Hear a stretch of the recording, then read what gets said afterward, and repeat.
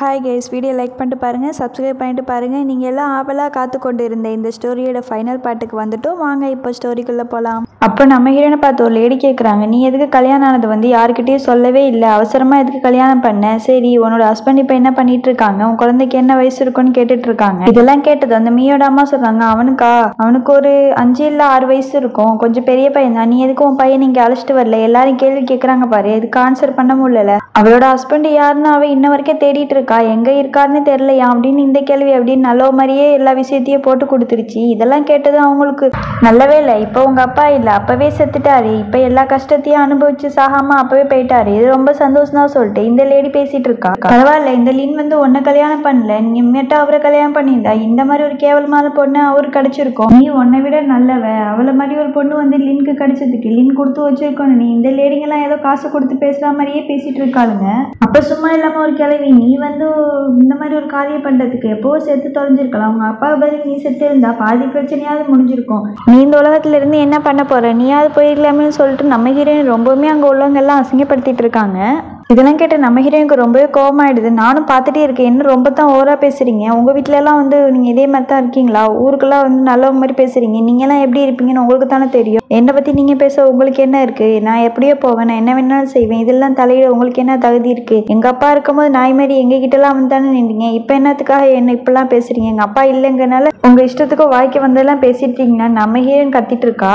அப்ப அங்க உள்ளுக்குலாம் கோவம் வந்து, இவ இருக்கிற இடத்துல நாங்க இனிமே இருக்க மாட்டோம், இந்த பார்ட்டிக்கே நாங்க வரலன்னு சொல்லிட்டு எல்லாருமே கிளம்பி போயிடுறாங்க. அப்ப மீயோடமா நம்ம ஹீரோயின்ட்ட சண்டை போல, எல்லாம் ஒன்னாதான் வந்துச்சு, உன்னை பார்ட்டி கூப்பிட்டா நீ அமைதியா இருக்க மாட்டியா? நீ எதுக்கு தேவையில்லாம அவங்க கிட்ட எல்லாம் பேசி நீ இந்த மாதிரி பண்ணிட்டேன்னு சொல்லும் போது அப்ப நம்ம ஹீரோயின் சொல்றா, நீங்க எதுக்கு தேவையில்லாம என்ன இந்த பார்ட்டிக்கு இன்வைட் பண்ணீங்க? நீங்க பேசாம என்ன கூப்பிடாம இருந்திருக்கலாம்ல, நானும் அவங்க கிட்ட சொன்னேன் நீ இன்வைட் பண்ணுங்கன்னு, நீங்களா கூப்பிட்டீங்க, அவங்க தேவையில்லாம பேசினாங்க, நான் பேசினதுல என்ன தப்பு இருக்குன்னு கேட்கறா. இதெல்லாம் கேட்ட மீக்கோ நீ எவ்வளவு தைரியம் இருந்தா அம்மா கிட்டே இந்த மாதிரி பேசுவா? அவங்க மேல உள்ள பாசத்துல தானே கூப்பிட்டாங்க, ஆனா அவங்கள நீ இப்படி தப்பா பேசிட்டு இருக்க, அவங்க கிட்ட மன்னிப்பு கேளுங்கிறா. இப்படியே 2 பேரும் மாத்தி மாத்தி சண்டை போட்டுட்டு இருக்காங்க. இதெல்லாம் கேட்ட அந்த அன்கிள் சொல்றாரு, எதுக்கு இப்ப அவளை திட்டிட்டு இருக்கீங்க, அவ பாவம், அவளே எல்லாரும் சத்தம் போட்டு வச்சிருக்காங்க அப்படின்னு அவரு சொல்லும் போது மீக்கி கோவம் அப்ப நீ கொஞ்சம் வாய முடியும், உன்னால்தான் இந்த மாதிரி நடந்துகிட்டு இருக்கா, நீ அவளுக்கு செல்லம் கொடுக்கறனால்தான் இந்த மாதிரி அவ எல்லாத்தையும் பேசிட்டு இருக்கான்னு சொல்லிட்டு அந்த ஆளையுமே இவன் நல்லா திட்டி வச்சிடுறா.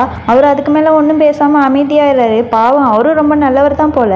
அப்போ அந்த நம்ம ஹீரோயின் ரொம்பவே அசிங்கப்படுத்திட்டு இருக்கா. அவளுக்கு கோவம் உனக்கு 6 வருஷத்துக்கு முன்னாடி என்ன நடந்துச்சுன்னு ஒண்ணுமே தெரியாதா? என்ன அந்த பாருக்கு அழைச்சிட்டு போய் எனக்கு இந்த மாதிரி ஐடியாலாம் கொடுத்தது யாரு? நீ தானே, உனக்கு தான் எல்லாமே தெரியுமே, நீ தானே என்ன இந்த மாதிரி ஒரு ஆள் கூட இருக்க சொன்ன, எதுவுமே தெரியாத மாதிரி பேசிட்டு இருக்க, எல்லா பிளானும் பண்ணிட்டு நீ இப்ப லின்னை கல்யாணம் பண்ணிட்டு ரொம்ப நல்ல மாதிரி பேசிக்கிட்டு இருக்கியா? நம்ம ஹீரோயின் கேட்டோன்னே இவளுக்கு செருப்பால் அடிச்சா மாதிரி இருக்கு, எதுவுமே பேச முடியல. இப்ப வாய திறந்து பேசி, எல்லா காரணமும் நீ தானே செஞ்ச, என்னமோ நான் தப்பு செஞ்ச மாதிரி பண்ற, இந்த பாருக்கு அழைச்சிட்டு போய் எனக்கு ட்ரிங்க்ஸ் கொடுத்து இந்த மாதிரி பண்ணினா உனக்கு தான் நல்லதுன்னு சொன்னேன், கேவலமான ஐடியா கொடுத்தது நீ தானேன்னு நம்ம ஹீரோயின் எல்லாமே சொல்லி திட்டிட்டு இருக்கா.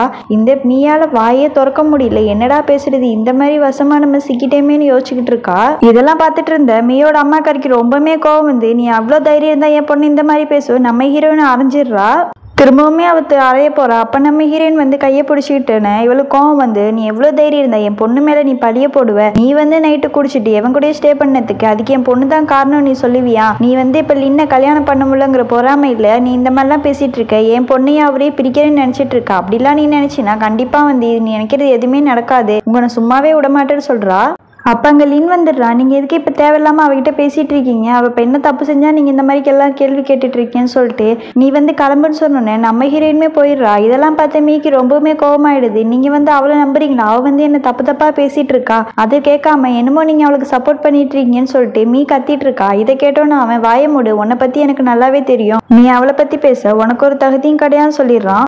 அப்போ நம்ம ஹீரோயினோட அன்கிள் இந்த மாதிரி உங்க ஆண்டி பேசினதுக்காக நீ தப்பா நினைச்சுக்காதமா, நான் மன்னிப்பு கேட்கிறேன், அவ ஏதோ தெரியாம பேசிட்டா, மத்தபடி மனசுல எல்லாம் ஒண்ணும் வச்சுக்க மாட்டா, ரொம்ப நல்லவன் சொல்லிக்கிட்டு இருக்காரு.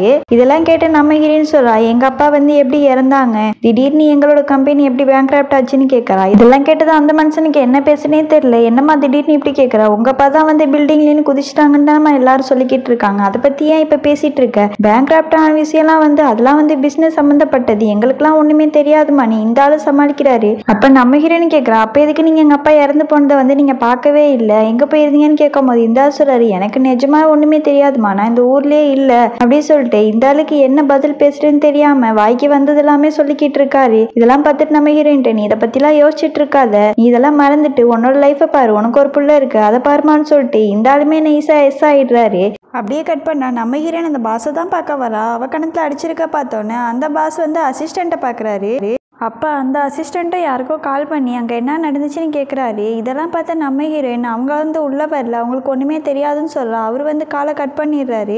அப்போ நம்ம ஹீரோன்ட்ட சொல்கிறான், நீ இப்போ போ, நம்ம கொஞ்சம் வெளில போகணும், நீ போய் ரெஸ்ட் எடு, நான் கூப்பிடும் போது நீ வான்னு சொன்னோம். நம்ம ஹீரோயினும் போயிடுறா. அப்போ இந்த பாஸ் வந்து அசிஸ்டண்ட்டை சொல்கிறான், நீ வந்து இன்னைக்கு ஈவெண்ட்டுக்கு லின்னு மட்டும் இல்லை லின்னோட ஒய்ஃபையுமே கூட்டு வர சொல்லுன்னு சொன்னோன்னே அவனும் ஓகே பாஸ்ன்னு சொல்லிட்டு போயிடுறான். அப்போ அந்த பாஸ் யோசிக்கிறான், இன்னைக்கு வந்து அவளை அவமானப்படுத்தாங்க, கண்டிப்பாக இதுக்கு பதில் சொல்லியே ஆகணும் நினைச்சுக்கிட்டு இருக்கான். அது ஒரு ஜுவல்லி ஈவெண்ட், எல்லாருமே வந்திருக்காங்க. அதெல்லாம் பார்த்த மீயோட அம்மா சொல்றா, லீ பக்கத்துல உட்காந்துருக்குது அவதானா, இல்லை என் கண்ணு தான் சரியா தெரியலையா, நீ நல்லா பார்த்து சொல்லலாம் அவங்க அம்மா சொல்றா. இதை பார்த்தப்ப மவக்காரி ரொம்ப ஷாக்கிங்ல இருக்கா. ஆமா அவளே தான் அங்க உட்காந்துருக்கா, எப்படிமா அவ வந்து லின் பக்கத்துல உட்காந்துருக்கான்னு கேட்கும் போது இவ ஒரு மானக்கட்டவே, இவ என்ன இவன் கூட உட்காந்துருக்கா, இவளுக்கு வந்து நான் தான் சரியான ஆளு, இன்னைக்கு நான் இவளை என்ன பண்ற பாருன்னு ரெண்டு பேருமே ஒரு பிளான் பண்ணிட்டு இருக்காங்க. அவங்கள பார்த்துட்டு நம்ம ஹீரோ ரொம்பவுமே பயந்துடுறா. அப்ப வந்து லீ கிட்ட சொல்றா, எனக்கு வந்து ரொம்ப தலைவலிக்குது, நான் இங்கேருந்து போகிறேன், நீ இருக்கியா அப்படின்னு சொல்லி கேட்கும் போது அவன் சொல்கிறான், இப்போ நீ மட்டும் இங்கே இல்லை, நாளைக்கு நீ வேலைக்கே வர வேணான்னு சொல்லிடுறான். ஆக மொத்தம் இவனுங்க இதே சொல்லியே இந்த பிள்ளைகிட்ட ஏதாவது வேலை வாங்கிட்டே இருக்கானுங்க. அப்போ இவளோட ஆத்தாக்காரி அவன் மவக்காரிட்ட சொல்லிட்டு இருக்கா, நீ வந்து இன்னைக்கு என்ன ஆனாலும் வாய் திறக்காம அமைதியாகவே இரு, எதையும் பேசி சொதப்பி வச்சிடாத, அவள் வந்திருக்குது லீ கூட, நம்ம ஒன்றுமே பண்ணக்கூடாதுன்னு சொல்லிக்கிட்டு இருக்காங்க. இதெல்லாம் கேட்ட அவ, என்னால் அப்படிலாம் இருக்க முடியாது, அவளை நான் ஏதாவது பண்ணணும், அப்போ தான் எனக்கு நிம்மதியாக இருக்கும்னு சொல்கிறா. இதை கேட்டோன்னா அந்த ஆத்தாக்காரி, அடியே லூசு பிடிச்சி அறவேக்காடி, எதையுமே பண்ணி காரியத்தை சொதப்பிடாதடி, அதோட உனக்கு அசிங்கம் உன் குடும்பத்துக்கு அசிங்கம், அங்கே பாரு உன் புருஷன் அவள் எப்போ பேசுவான்னு இருக்கா, நீ இதே மாதிரி ஏதாவது பண்ணிட்டு இருந்த உன் புருஷன் உடனே விட்டுட்டு அவளே ரெண்டாவதாக கல்யாணம் பண்ணிப்பாண்டி, அப்புறம் இவ்வளோலாம் நம்ம பிளான் பண்ணி உன்னை கல்யாணம் பண்ணி வச்சது எல்லாமே வேஸ்ட்டாக போயிடும், என்ன நடந்தாலும் கண்ணு தெரியாத மாதிரி காது கேட்காத மாதிரி அப்படியே பேசாமல் இருந்துக்கடின்னு அவள்கிட்ட சொல்லிட்டு இருக்கா. அப்போ அங்கே ஆடிஷனுமே ஸ்டார்ட் ஆகிடுது. அவர் சொல்கிறாரு, இந்த ஜுவல் வந்து ரொம்ப காஸ்ட்லியானது, இந்த ப்ளூ கல்லுக்காகவே அதிக ரேட்டுன்னு சொல்கிறாங்க. அப்போ தான் வந்து நம்மக்கிட்ட ஒரு நெக்லஸ் காட்டுறாங்க. இந்த நெக்லஸை பார்த்தோன்னா உங்களுக்கு எங்கேயோ பார்த்தா மாதிரி தோணுதா? ஆமாங்க, டைட்டானிக் படத்தில் நம்ம ரோஸ் போட்டிருப்பாளே அதே நெக்லஸ் தான், அதை வந்து இப்போ ஏலம் விடுறாங்க. இதோட ஸ்டார்டிங் ரேட்டு 20 லட்சம் சொல்கிறாங்க. அப்போ ஆளாளுக்கு ஒரு ரேட்டு சொல்லிக்கிட்டு இருக்காங்க. அந்த நிமிஷமே வந்து 50 லட்சம்னு சொல்லி ஒரு போர்டை தூக்குறா. அதுக்கப்புறம் வந்து 50 லட்சம் 2 வாட்டி கத்துனோன்னு அந்த பாஸ் சொல்கிறா 100 லட்சம்னு சொன்னோன்னே யாராலுமே ஒன்றுமே பண்ண முடியல. அப்போ மீ ரொம்ப ஷாக்கிங்கில் உட்காந்துருக்கா. இதெல்லாம் பார்த்து அவ ஆத்தாக்காரி, நீ எதுவும் லூஸ் மாதிரி பண்ணி வச்சிடாத, அவன் பண்ணாங்கிறதுக்கான்னு சொல்லும் போது இதை கேட்ட மீ, நான் ஏன் பண்ணக்கூடாது, என் புருஷன்கிட்ட நிறைய காசு இருக்கு, நான் கண்டிப்பாக இதை செஞ்சு தான் ஆவான்னு சொல்லிட்டு அந்த போர்டை தூக்க போறா. இதெல்லாம் பார்த்து அவ ஆத்தாக்காரி, ஐயோ நான் என்ன பண்ணுறது, உன்னை பெத்தக்கு வச்சதுக்கு எல்லாமே வேஸ்ட்டாக இருக்கே, உன்னை பெத்த காசுக்கு நான் புளி மூட்டையை வாங்கி போட்டதாலும் சாம்பாராவது வச்சு சாப்பிட்டுட்டு நல்லா இருந்திருப்பேனேன்னு புலம்புறா. அப்போ அந்த நெக்லஸ் எடுத்து நம்மளோட ஹீரோயினுக்கு அந்த பாஸ் வந்து கொடுக்குறான். இதை பார்த்து நம்ம ஹீரோயின் ரொம்பவுமே ஷாக் ஆயிடுறா. இல்லை எனக்கு இந்த நெக்லஸ்லாம் வேணாம், நீங்கள் எதுக்கு எனக்கு நெக்லஸ்லாம் வாங்கி தரீங்கன்னு கேட்கும் போது அப்போ அந்த பாஸ் சொல்லலாம், இப்போ நீ இந்த நெக்லஸை வாங்கிக்கிறியா இல்லை நான் தூக்கி எறிஞ்சிருவான்னு சொல்லும் போது நம்ம ஹீரோயினுக்கு வேற வழி இல்லாமல் அந்த நெக்லஸை வாங்கிக்கிறா. அப்போ நம்ம ஹீரோயின் வந்து ரெஸ்ட் ரூம் போகிறா. இதெல்லாம் பார்த்தா அந்த பாஸ் வந்து கள்ளி அப்படின்னு நினச்சிக்கிறான். அப்போ மீமே ரெஸ்ட் ரூம் வரா. நம்ம ஹீரோயினுக்கு வேணும்னே வம்பவளுக்கு அவளை போயிட்டு இடிக்கும் போது அங்கே உள்ள ஒரு அசிஸ்டன்ட் ஏன் இப்படி பண்ணுறீங்கன்னு கேட்கும் போது இதை பார்த்து மீக்கு ரொம்பவுமே கோவமாயிடுது. உனக்கு எவ்வளோ தைரியம் இருந்தா நீ வந்து இந்த மாதிரிலாம் பண்ணிட்டு இருப்ப, நான் யாருன்னு உனக்கு தெரியுமான்னு சொல்லும் போது அவ ஆத்தாக்காரி அங்கே வந்து, நான் சொல்கிறது நீ கேட்கவே மாட்டியா, ஏன்டி இந்த மாதிரி வம்பளத்திட்டே இருக்க, போகிறவங்க வரவங்கட்டெல்லாம் நான் என்ன தான் பண்ணுறதுன்னு தெரில உன்னை வச்சுக்கிட்டுன்னு புலம்புறா. இதை பார்த்து மீ வந்து, ஏம்மா நீ என்ன லூஸா, அவன் தான் வேணுங்கிட்டு பண்ணுறான், அவனை திட்டாம நீ வந்து என்ன திட்டிகிட்டு இருக்க, உனக்கு எப்போ பார்த்தாலுமே என்ன திட்டுறதே வேலையாக போச்சா, கிட்ட ஏன்டா இப்படி பண்ணுறேன்னு கேட்காம என்ன திட்டிகிட்டே இருக்கன்னு சொல்லிட்டு மீக்கு ரொம்பவுமே கோவம் வந்து கத்த ஆரம்பிச்சிடுறா. அப்போ மீ நம்ம ஹீரோயினை பார்த்து, நீ வந்து திருந்தவே மாட்ட, நீ 5 வருஷத்துக்கு முன்னாடி வேற இடத்தவங்க கூட இருந்த, இப்போ வந்து லீ கூட சுற்றிட்டு இருக்க, இந்த விஷயம்லாம் லீக்கு தெரிஞ்சா உன்னை என்ன நினைப்பான்னு தெரியுமான்னு சொல்லும் போது அங்கேயும் லீ வந்துடுறான். என்ன எனக்கு தெரியணும், நீங்கள் என்ன கேட்டுட்டு இருக்கேன்னு கேட்கும் போது எல்லாருமே ஷாக் ஆகிடுறாங்க. இப்போ நீ என்ன பண்ணிட்டு இருக்க, வாஷ்ரூம் தானே வரேன்னு சொன்னேன், நீ பாட்டு வர வேண்டியதானே, இங்கே உனக்கு என்ன வேலை, நம்ம ஹீரோயினை பார்த்து அவன் கேட்குறான். அப்போ வந்து இந்த தாய்க்கிழவி லீ கிட்ட சொல்கிறா, லீ சாரிப்பா, அது வந்து உன்னோட அசிஸ்டன்ட்டுன்னு தெரியாமல் தெரியாமல் என் மொழ வந்து பேசிட்டா, நீ வந்து தப்பாக நினச்சிக்காத. அப்போ லீ சொல்லலாம், நீங்கள் என்கிட்ட ஒன்றும் சாரி கேட்க வேணாம், அவகிட்ட கேளுங்கன்னு சொன்னோன்னே இதை கேட்ட அந்த தாய் கேள்வி அப்போ நம்ம ஹீரோனை பார்த்து, நீ வந்து என்ன மன்னிச்சிக்கம்மா, அவள் செஞ்ச தப்புக்காக, அவளை பற்றி தான் உனக்கு சின்ன பிள்ளைன்னு தெரியுமே, இதே மாதிரி தானே ஏதாவது பேசிக்கிட்டே இருப்பா, நம்ம எல்லாம் ஒரே ஃபேமிலி தானே, எதுவும் தப்பாக நினச்சிக்காதம்மான்னு நம்ம ஹீரோயின்ட்டு அவள் சாரி கேட்குறா. இதை பார்த்தா மீக்கு கோவம் வந்து, நீ என்ன லூசாமா, அவகிட்ட எதுக்குமா நீ இப்போ சாரி கேட்டுட்டு இருக்கன்னு சொல்லிட்டு அப்போ லீ கிட்ட போய் சொல்கிறா, நீ என்ன இவளை நல்லவன் நினச்சிட்டு இருக்கியா, இவ வந்து ரொம்பவுமே மோசமானவ, 6 வருஷத்துக்கு முன்னாடி ஒரு பையன் கூட வந்து பார்ல இருந்தா, இவளை மாதிரி ஒரு பொண்ணு கூடியா நீ இருக்கன்னு சொல்லிக்கிட்டு இவ வந்து நம்ம ஹீரோயினை ரொம்பவுமே தப்பாக பேசிக்கிட்டு இருக்கா. இதெல்லாம் பார்த்த தாய் கேள்வி அவள் கன்னத்தில் ஒரு அறையை விட்டுட்டா. பார்த்த மீ வந்து, எதுக்குமா இப்போ என்ன அடிக்கிற, நீ போய் அவளை அடி, அவள் செஞ்ச தப்புக்கு அவளை அடிக்காமல் என்னை வந்து எதுக்கு அடிக்கிறேன்னு சொல்லி கத்திட்டு இருக்கா.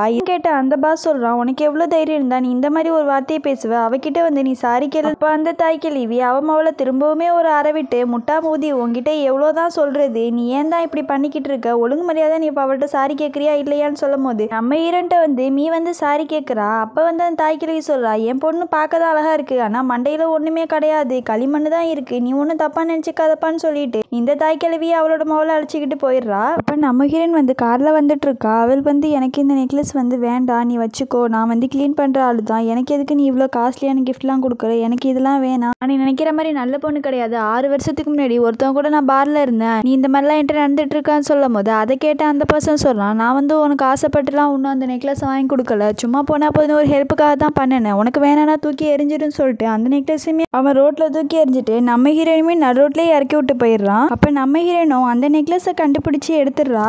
அப்போ நம்ம ஹீரோயினுமே அந்த 30 பர்சனுக்கு தான் கால் பண்ணுறா, நீ எங்கே இருக்க, நான் இந்த மாதிரி ரோடு சைடு வந்தேன், இங்கே ரொம்ப இருட்டாக இருக்குது, மழை வர மாதிரி இருக்குது, என் ஃபோனுமே சுவிட்ச் ஆஃப் ஆக போகுது, நீ வந்து என்னை பிக்கப் பண்ணிக்கிறியான்னு கேட்குறா. அவனுமே சரி லொக்கேஷன் சென்ட் பண்ணி நான் வரேன்னு சொல்லிட்டு கால் கட் பண்ணிடுறான். இதை பார்த்துட்டு யாருமே குழப்பமாக வேணாம், இந்த பாஸும் அந்த 30% 2 பேருமே ஒன்று தான். நம்ம ஹீரோயினை வந்து அவன் ஏமாற்றிட்டு இருக்கான். நம்ம ஹீரோயினுக்கு வந்து இந்த விஷயம்லாம் தெரியுதாங்கிறது தான் இந்த ஸ்டோரியோட ட்விஸ்ட். அந்த நிமிஷம் நம்ம ஹீரோயின் வந்து அந்த ரோட்டோரமாக நின்றுட்டு இருக்கா. அப்போ ஒரு 4-5 ரவுடி பசங்க வந்து, ஏ குட்டி, உனக்கு என்ன போகிறதுக்கு வழி தெரியலையா, இப்போ நீ வந்து எங்கள் கூட வா, எங்கள் வீட்டில் வந்து ஸ்டே பண்ணிக்கோ, ஒன்றும் பிரச்சனை இல்லைன்னு நம்ம ஹீரோயின்ட்ட இவனுங்க ரொம்பவுமே தப்பாக பேசிக்கிட்டு கலாட்டா பண்ணிட்டு இருக்கானுங்க. இதெல்லாம் கேட்டு நம்ம ஹீரோயின், இப்போ என் பாய் ஃப்ரெண்ட் வந்துடுவான், அவன் ஓங்கி அடிச்சா 110 வெயிட், நீங்கள் தாங்கவே மாட்டீங்கன்னு இவ வந்து டைலாக் சொல்லிக்கிட்டு இருக்கா. அது சொன்ன மாதிரி அவளோட பாய் ஃப்ரெண்டும் வந்துடுறான். அவங்களையும் போட்டு அடிச்சுட்டு நம்ம ஹீரோயினையும் காப்பாற்றி அழைச்சிட்டு போயிடுறான். அப்போ நம்ம ஹீரோயின் வந்து காரில் தான் இருக்கா. அவனை பார்த்தவன் நம்ம ஹீரோயினுக்கு ரொம்பவுமே டவுட் ஆகிடுது, இவன் என்னோட பாஸ் தானா, இவன் எதுவும் என்கிட்ட நடிக்கிறானான்னு யோசிச்சுட்டு இருக்கா. ஆனால் அவளுக்கு எதுவும் கன்ஃபார்ம் ஆகலை. அவள் அதை பற்றி அவன்கிட்ட எதையும் கேட்கவே இல்லை. அப்போ அந்த பர்சன் கேட்குறான், இந்த நைட்டில் உனக்கு என்ன இங்கே வேலை, நீ எதுக்கு இங்கே வந்த, ஏதாவது டாக்ஸியை பிடிச்சி போக வேண்டியதானே, எதுக்கு எனக்கு கால் பண்ண அப்படின்னு சொல்லிட்டு இந்த பர்சன் அவகிட்ட கேட்டுட்டு இருக்கான். இதெல்லாம் கேட்டு நம்ம ஹீரோயின், நீ இதெல்லாம் வந்து என்கிட்ட பேசக்கூடாது, 1 இயருக்கு கான்ட்ராக்ட் போட்டிருக்கல, நான் என்ன சொன்னாலும் நீ செஞ்சு தான் ஆகணும், எங்கே கூப்பிட்டாலும் நீ வந்து தான் ஆகணும், ஏன் என்ன அழைச்சிட்டு போகிறத விட உனக்கு என்ன அவ்வளோ பெரிய வேலை, ஓ உனக்காக அங்கே கஸ்டமர்ஸ் எல்லாம் வெயிட் பண்ணிக்கிட்டு இருக்காங்களா, அதனால தான் நீ இதே மாதிரி பண்ணிட்டு இருக்கியா, ஆனால் எனக்கு ஒரு அமௌண்ட்டுமே வரவே இல்லையா, அந்த அமௌண்ட்டில் நீ என்ன பண்ணிட்டு இருக்கன்னு நம்ம ஹீரோயினே கேட்டுட்டு இருக்கா. அப்போ அந்த பர்சன் சொல்கிறான், நீ வந்து என்கிட்ட இது மாதிரி அமௌண்ட்லாம் கேட்காத, எனக்கு இந்த மாதிரி நீ கால்லாம் பண்ணி என்னெல்லாம் அங்கேயும் இங்கேயும் வர சொல்லக்கூடாது, நீ இதுக்கெல்லாம் வேற ஆளை யாரையாவது பாருன்னு சொல்லி கோவமாக பேசிகிட்டு இருக்கான். இதை கேட்டு நம்ம ஹீரோயின், எனக்கு வேறு ஏது பாய் ஃப்ரெண்டு யாருமே இல்லையே, உன்னை தானே 1 இயருக்கு என் பாய் ஃப்ரெண்டாக வச்சுருக்கேன், அப்போ நீ தானே எனக்கு தேவையான எல்லாத்தையும் பண்ணணும், அப்போ நான் யாரை போய் கூப்பிடுவேன் நம்ம ஹீரோயின் சொல்லிக்கிட்டு இருக்கா.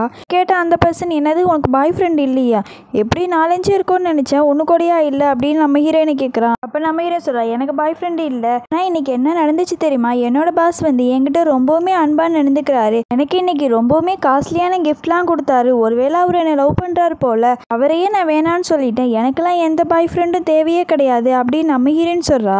இதை கேட்ட அந்த பர்சன், உன் பாய் ஃப்ரெண்டு தான் ரொம்ப ஹேண்ட்ஸமாக இருப்பார், பணக்காரர்னா சொன்னியே, ஏன் அவர் உனக்கு வேணாம், நீ ரொம்ப உன் லைஃப்பில் செட்டில் ஆகிடலாம்ல அப்படின்னு இந்த பர்சன் சொன்னோன்னே நம்ம ஹீரோயின் சொல்கிறான், எனக்கு அப்படிலாம் எந்த ஆசையுமே கிடையாது, ஒருவேளை நீ என்னை நல்லா பார்த்துப்பேன்னு நினச்சின்னா ஃப்யூச்சரில் நான் உங்ககிட்ட அமௌண்ட் கேட்டு டார்ச்சரே பண்ண மாட்டேன், நம்ம நல்லா இருக்கலாம்னு சொல்லிட்டு நம்ம ஹீரோயின் சொல்லிக்கிட்டு இருக்கா. இதெல்லாம் கேட்ட அந்த பர்சன், நீ சும்மா காமெடி பண்ணாத, உன் வீடு வந்துருச்சு, நீ இறங்கி போன்னு சொல்லிடுறான். அதனால காலைல தான் காட்டுறாங்க, நம்ம ஹீரோயின் வந்து ஆஃபீஸில் க்ளீன் பண்ணிட்டு இருக்கா. இங்கே வந்து ஒரு பர்சன் வந்து, நீ இனிமேல் இந்த க்ளீனிங்லாம் இதெல்லாம் பண்ண வேணாம் அப்படின்னு சொல்லும் போது நம்ம ஹீரோனுக்கு ரொம்பவுமே ஷாக் ஆயிடுது. என்னது, நான் இந்த கிளீனிங் பண்ண வேணாமா, அப்பனா எனக்கு என்ன வேலை கிடைக்கும் அப்படின்னு சொல்லிக்கிட்டு இருக்கா. உனக்கு இந்த வேலை இல்லைன்னு அந்த பர்சன் சொன்னோன்னு நம்ம ஹீரோயின் யோசிக்கிறா, இந்த வேலையும் இல்லைன்னா என்ன பாத்ரூம் கழுவ விட போறானுங்களா, என்னதான் பண்ண போறான்னு தெரியலையே, எல்லாமே அந்த பிசாசு பாசா தான் பண்ணியிருப்பான், எனக்கு நல்லாவே தெரியும், நேற்று நான் அந்த மாதிரி பண்ணதுக்காக என்னமோ பண்ண போறான்னு நம்ம ஹீரோயின் யோசிச்சுட்டு இருக்கா.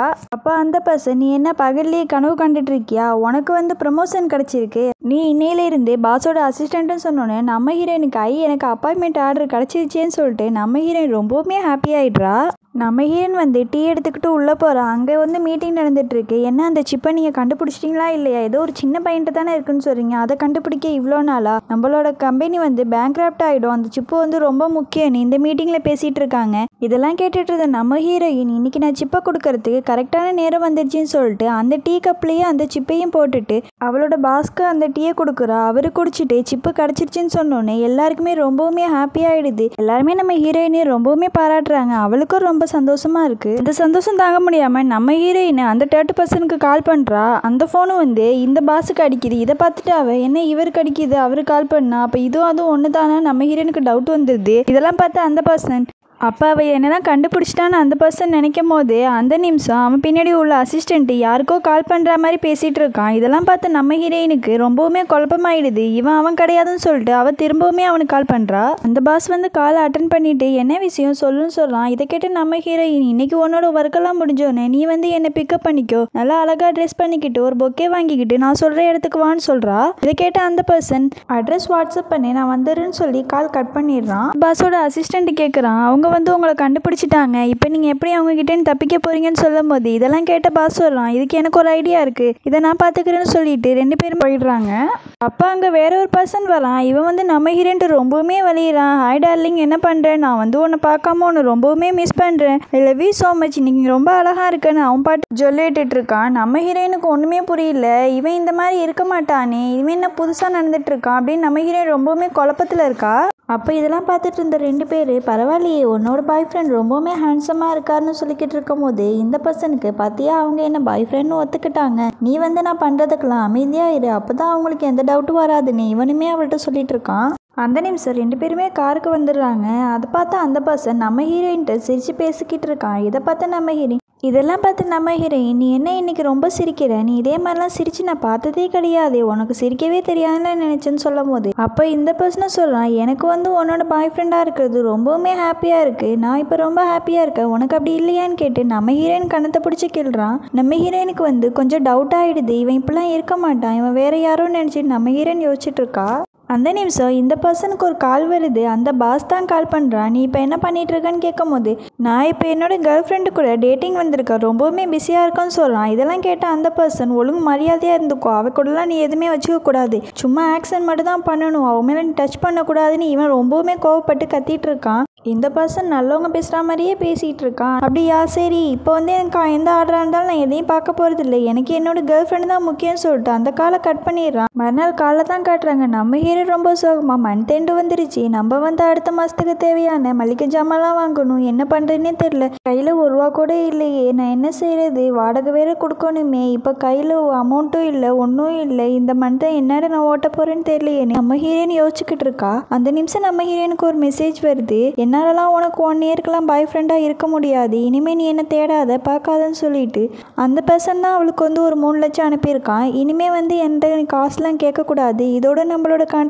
எல்லாம் முடிஞ்சிருச்சு, எனக்கு இனிமேல் நீ கால் பண்ணக்கூடாது, என்னை பார்க்க வரக்கூடாது அப்படின்னு சொல்லிட்டு அந்த பர்சன் மொபைலை சுவிட்ச் ஆஃப் பண்ணிடுறான். இதெல்லாம் பார்த்துட்டு ஃபீல் ஆன நம்ம ஹீரோயின் அவனுக்கு கால் பண்ணுறான். ஆனால் மொபைல் சுவிட்ச் ஆஃப்னு வருது. இதை நினச்ச பார்த்து நம்ம ஹீரோயின், என்ன அவன் ஏமாற்றிட்டானா, என்னை தனியாகவே விட்டுட்டு போயிட்டான், நான் என்ன பண்ணுறதுன்னு யோசிச்சுட்டு, அதான் எனக்கு பணம் கொடுத்துருக்கானே, ஒன்றும் பிரச்சனை இல்லைன்னு சொல்லிட்டு அவளுமே அமைதியாகிடுறா. அதுக்கப்புறம் அவளுக்கு கொஞ்சம் ஃபீல் ஆகுது போல், அவன் போனதுக்கு நான் எதுக்கு ஃபீல் பண்ணணும், யாரை நம்பி நான் பிறந்தேன், போங்கடா போங்கன்னு சொல்லிட்டு நம்ம ஹீரோயினும் போயிடுறா. அப்படியே கட் பண்ணா மறுநாள் காலைல தான் காட்டுறாங்க.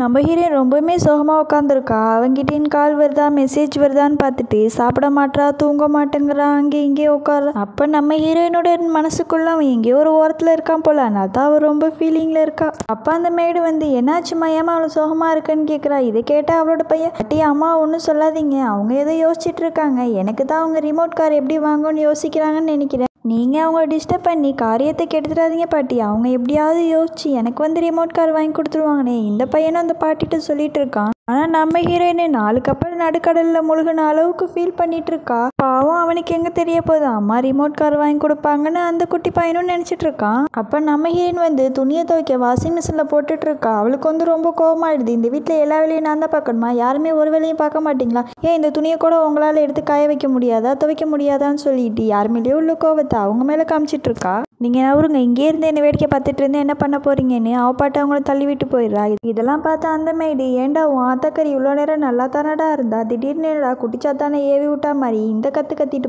போறானே இந்த மேடு சொல்லிட்டு இருக்காங்க. அப்போ நம்ம ஹீரோனுக்கு வந்து டவுட் ஆகிடுது. இது கண்டிப்பாக வந்து அந்த டர்ட்டு பர்சன் தான். எப்படியாவது நான் அவன் கையில் அந்த டர்ட்டு இருக்கான்னு பார்த்துன்னு சொல்லிட்டு நம்ம ஹீரோயின் அவனுக்கு காஃபி எடுத்துகிட்டு போகிறா. அதை வேணுங்கண்டே அவன் கையில் கொட்டி விட்டுறா. அவன்கிட்ட திரும்ப ஐயோ காஃபி கொட்டிருச்சேன்னு சொல்லிட்டு திரும்பவுமே அதே காஃபியை ஊற்றியே கழுவுறா தண்ணி நினச்சிக்கிட்டு. அதெல்லாம் பார்த்தா அவன் என்ன லூஸா என்ன பண்ணிட்டு இருக்க, திரும்பவுமே காஃபியை ஊற்றினா எப்படி வந்து கரை போகும், திரும்பவுமே கரையாகும் போது நம்ம ஹீரோயின் சொல்கிறா நீங்கள் வேணா கொடுங்க உங்கள் ஷர்ட்டை நான் வந்து வாஷ் பண்ணி தரேன். இதை பார்த்து அந்த பர்சன் இப்போ காஃபியால் ஊற்றி கழுவுணும் என்ன அடுத்தது ஆசிட்டை ஊற்றி கழுவ போறியா, நீ ஒன்றும் பண்ண வேணாம், நீ ஃபஸ்ட்டு இங்கேருந்து வெளில போன்னு சொன்னோம். நம்ம ஹீரோயினும் இவனுக்கெல்லாம் நல்லது செய்யணும்னு நினச்சா இவன் இதே மாதிரி தான் பண்ணுவான், இவனுக்கு தலையில் கள்ள தூக்கி போகணும்னு சொல்லிட்டு நம்ம ஹீரோயினும் வெளில போயிடுறா.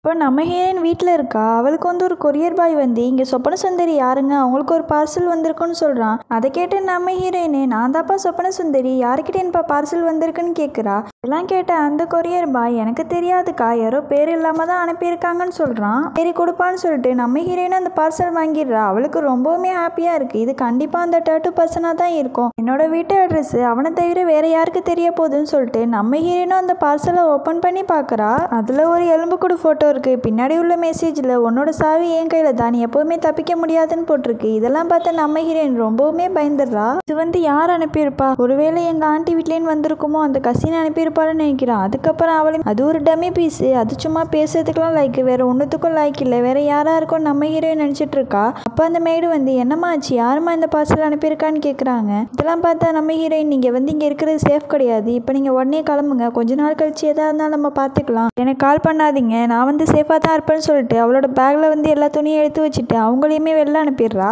அப்போ நம்ம ஹீரோயின் அந்த டர்ட்டு பர்சனுக்கு தான் கால் பண்ணுறா.